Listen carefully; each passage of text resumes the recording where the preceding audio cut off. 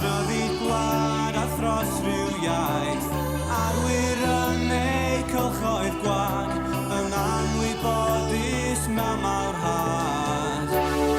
Fedrodd brwydyr y bobl, i gyd yn ffantasi feddwl, a rhai sy'n caru atgofion, sydd yn chwalu'r ffydd.